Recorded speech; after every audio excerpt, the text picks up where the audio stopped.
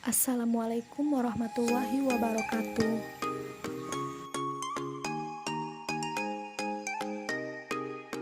Saya Julia Esa Pratiwi, NIM 2011-2582 dari Prodi Pendidikan Agama Islam STAI Anaduah Kuala Tungkal. Akan menjelaskan materi filsafat umum tentang ruang lingkup dari filsafat. Filsafat itu awalnya berasal dari bahasa Yunani yang terdiri dari dua kata, philos dan sophos, yang berarti cinta dan kebijaksanaan. Nah, secara etimologinya, filsafat itu berarti cinta kebijaksanaan atau biasa disebut love of wisdom, atau bisa juga diterjemahkan sebagai cinta kearifan dalam arti yang sedalam-dalamnya. Sedangkan secara terminologi, filsafat adalah ilmu-ilmu pengetahuan yang menyelidiki segala sesuatu yang ada secara mendalam dengan menggunakan akal sampai pada hakikatnya. Selanjutnya, cabang-cabang utama dari filsafat.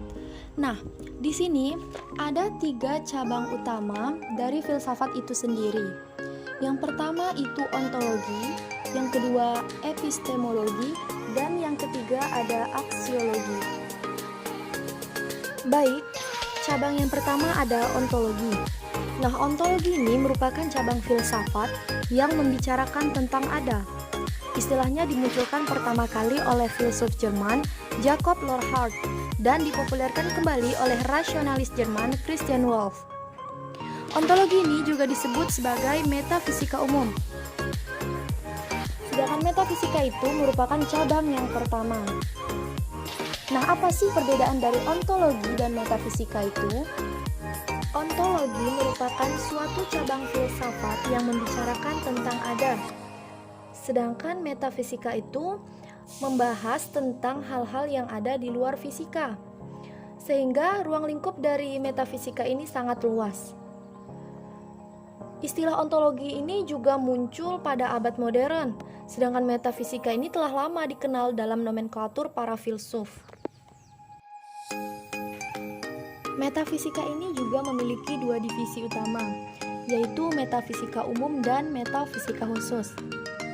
Metafisika umumnya membahas tentang sebagian besar dari apa yang disebut dari sains universal. Sedangkan metafisika khususnya membahas 3 arus utama, yaitu tentang alam, kosmologi, tentang manusia, antropologi, dan tentang ketuhanan, teologi. Cabang yang kedua ada epistemologi.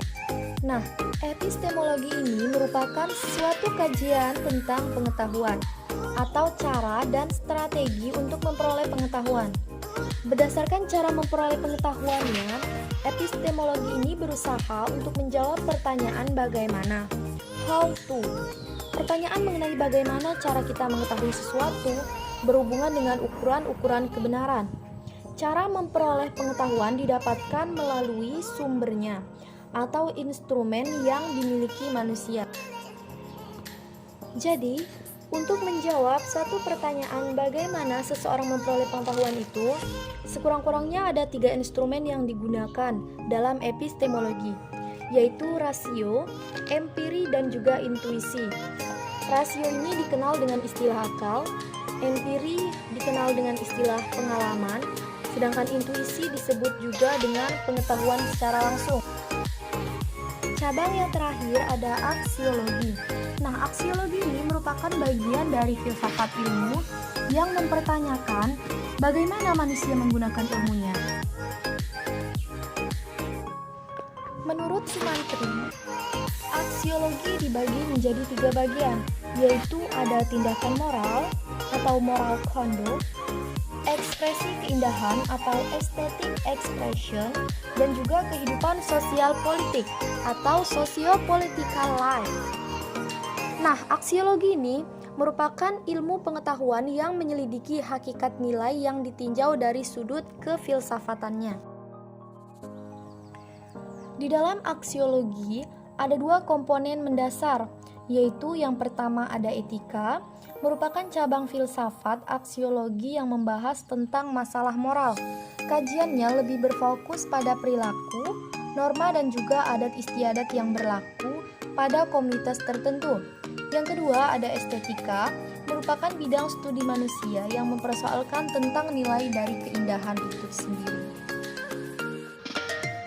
Sekian pembahasan dari saya, semoga bermanfaat. Wassalamualaikum warahmatullahi wabarakatuh.